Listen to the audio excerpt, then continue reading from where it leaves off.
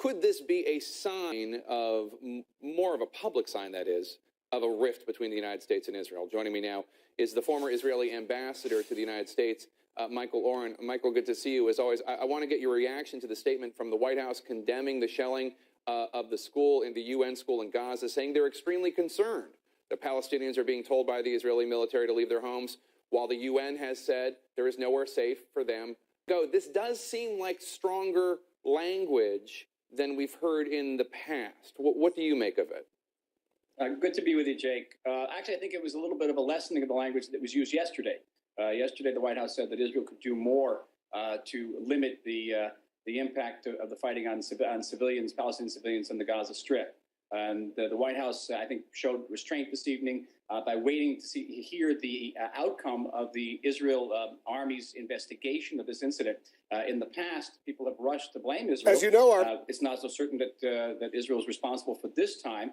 But it blamed Israel, and it turned out the civilian casualties were caused by Hamas rockets that fell short. So I think it's important that everyone investigates, particularly Israel has the ability to investigate.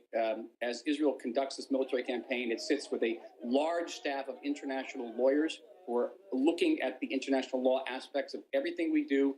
Of course, mistakes happen in densely populated areas with an enemy that is deeply dug in behind a civilian population and using that population as a human shield. Military science is not an exact science, and it is exact as we can do. And Israel tries to warn these Palestinians, civilians, to leave these areas. But if Hamas is shooting from around them, then Israeli soldiers have to also defend themselves. But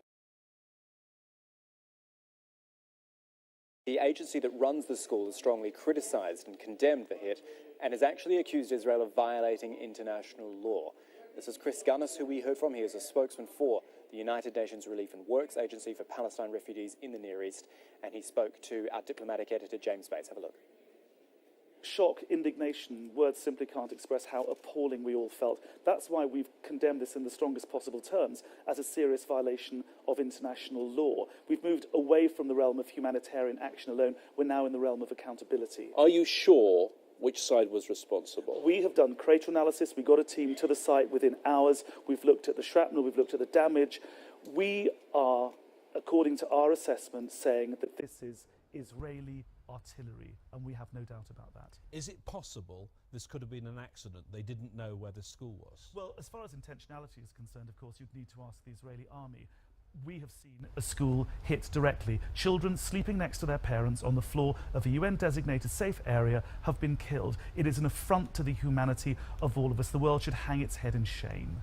Did you tell them about the location of this school and how many people were inside? 17 times we called to give them the precise coordinates of this school and to inform them of the fact that 3,300 people had taken refuge there. So that is certainly not an excuse that can be given. It's the second time this has happened with a large loss of life.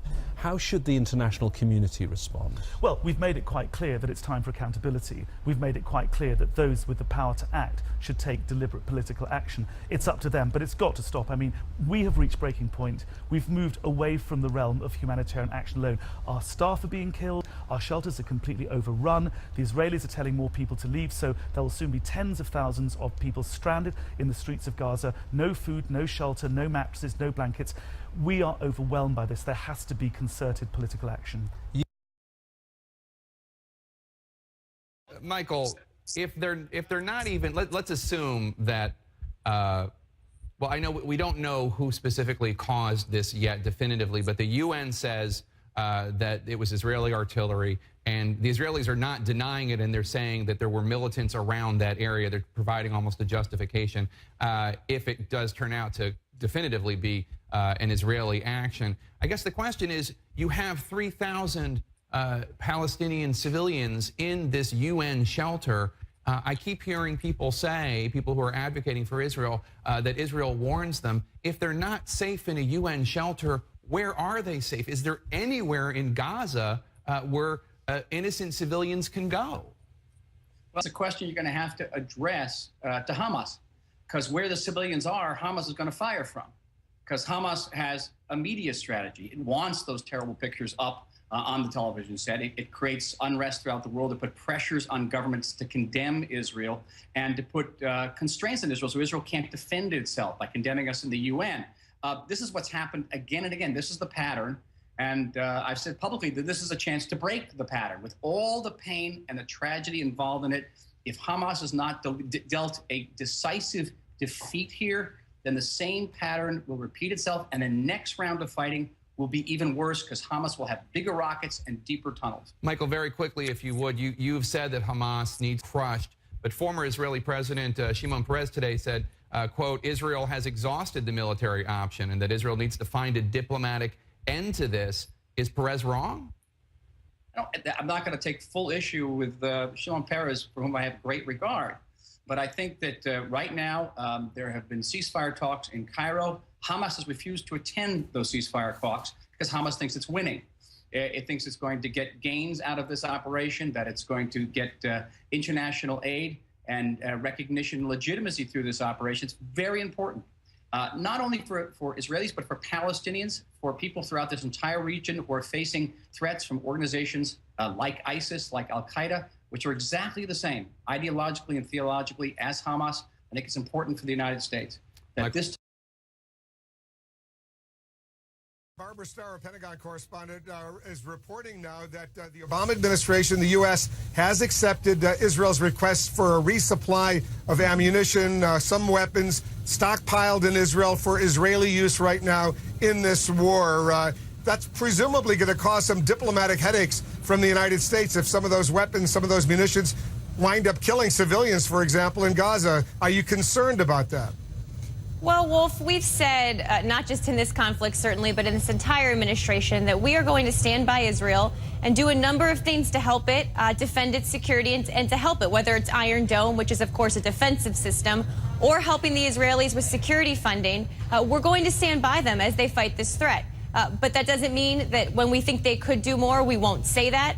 And I think the secretary has been very focused on the diplomatic efforts. He's in India today, as you know, but has already made a dozen phone calls to partners to see if we can get a unilateral, an unconditional, not unilateral, unconditional temporary ceasefire put in place so we can stop the fighting, so we can take some time to see if we can negotiate a longer-term ceasefire. Have there already been protests, démarches, as they say at the State Department, of the U.S. decision to resupply Israel with munitions in the middle of this war right now? Have some of U.S. friends, allies in the Middle East or elsewhere, started complaining to you? Not that I've heard of, Wolf. And I think that our military-to-military relationship with Israel is well known, is a very long-standing one. So again, we are going to make very clear, though, when we believe Israel could do more, even despite that relationship. And the reason we need to see a ceasefire in place as soon as possible is so civilians on both sides aren't put in harm's way, so we can get humanitarian medicine and food and supplies into Gaza. And so we have a little time and space to negotiate a more lasting ceasefire, which is in the best interest of both, of course, the Israelis and the Palestinians. You are a senior UN official. You were, before that, a long time, you were a journalist, a professional journalist. So you're used to seeing these sort of things. But how does it affect you when you see what has happened on the ground in Gaza today? It's beyond belief that in the 21st century, children and women, men, civilian men, can be subjected to this kind of outrage. Palestinians have every single one of their rights denied them, including the right to life, and that includes children. It is an abomination, it's a barbarity, and it needs to end.